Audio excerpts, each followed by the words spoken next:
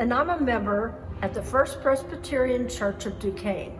At the church, I serve as an elder, a choir director, and I work with the kids. My late husband, Gary, was an elder, a choir member, and a youth leader. And at his job, at his work, he served as a police officer and an arson investigator.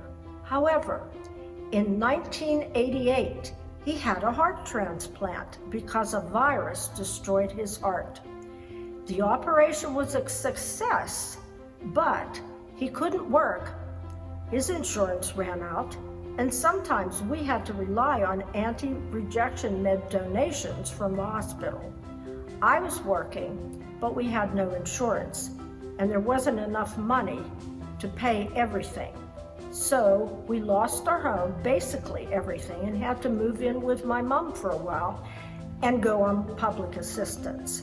However, we still remained active with the church, and through it all, Gary did as much as he was able to and had a rich life.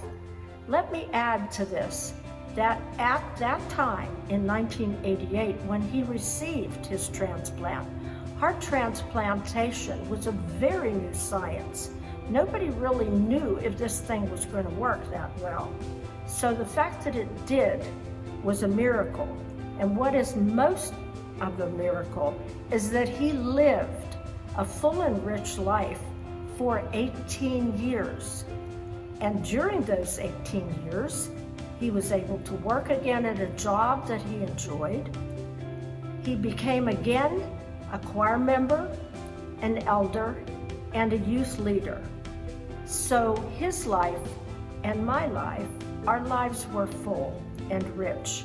However, we had a mountain of debt, which by then, the medical debt had become impossible. It took me, after he died, years to pay off what I owed. I worked 10 years beyond my own retirement to keep afloat and never had enough money to put into a fund for myself. So I'm still living with the effects of his medical debt, which does affect what I could do in my retirement.